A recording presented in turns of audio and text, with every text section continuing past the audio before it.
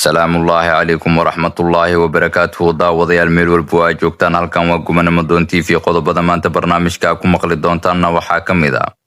madaxweynaha Mareykanka iyo madaxweynaha Turkiga oo kulamo ku wada qaada doono aqalka cad diyaaradaha dagaalka ee Ruushka oo ku soo xadgudbay hawada Poland ra'iisul wasaaraha Estonia oo afka furtay kadib markii uu dareemay khalkhalgelin amni qodobadaasi iyo qodobo kale ayaa barnaamijka ku maqli doontaan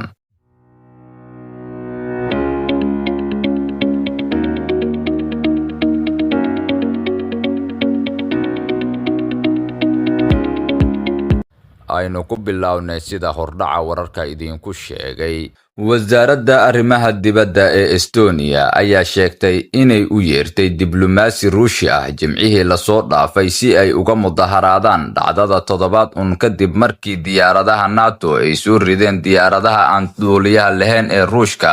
ee ku sugan dalka Poland taasoo kor u qaaday walwalka laga qabo inuu sii xoogaysto dagaalka Ukraine wasiirka arrimaha dibadda ee Estonia Marjus Tasahakana ayaa sheegay in Ruushku uu sanadkan 4 mar ku soo xadgudbay hawada dalkaasi laakiin duulaanka maanta oo ay ku jiraan 3 diyaaradood oo kuwa dagaalka ah oo soo galay hawadeena waa falfol xun oo aan horay loo arag wasiirka wuxuu intaa ku daray falkan looma dulqaadan karo waana in lagu ciqaabaa tillaabooyin siyaasadeed iyo dhaqaale oo degdeg ah ra'iisul wasaaraha Estonia Christine Michel wuxuu ku tilmaamay soo gelitaanka 3 diyaaradood oo miig ah oo lagu soo galay hawada Estonia xadgudub gabi ahaanba aan la aqbali karin Michel waxa uu sharaxay in diyaaradaha dagaalka ee NATO ay si degdeg ah uga jawaabeen taas oo ku khasabtay diyaaradda Ruushka in ay dib u gurtaan oo ay ka baxaan hawada Estonia waxa uu xusay ra'iisul wasaaraha in dawladda Estonia ay go'aansatay in ay ku dhawaaqdo qodobka afaraad ee axadiga NATO ayna ku baaqdo wadatashi degdeg ah oo dhex maraya dalalka xubnaha ka ah NATO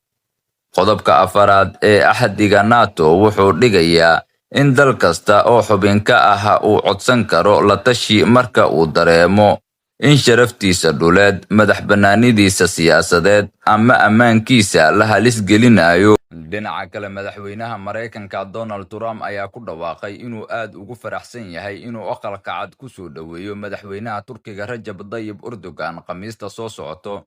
Trump ayaa war qoraal ah uu soo dhigay bartiisa bulshada ee Turkiga ku yiri waan ku faraxsanahay inaan aqalka cad ku soo dhaweeyo madaxweynaha Turkiga Rajab Tayyip Erdogan 25 bisha Sebtembar waxa uu intaa ku daray in wada hadalladu ay dabooli doonaan ka shaqeynta heshiisyo ganacsi iyo mid military oo badan oo ay ku jiraan iibsashada weyn ee diyaaradaha dagaalka heshiis muhiim ah oo ku saabsan diyaaradaha dagaalka F-16 iyo sii wadida doodaha ku saabsan barnaamijka dagaalka F-35 taas oo aan rajaynayno inay horseedi doonto natiijooyin wanaagsan Trump ayaa intaa ku daray waxaan mar walba xiriir aad u wanaagsan la leenahay madaxweyne Erdogan waxaana rajaynayaa inaan arko 25 bishan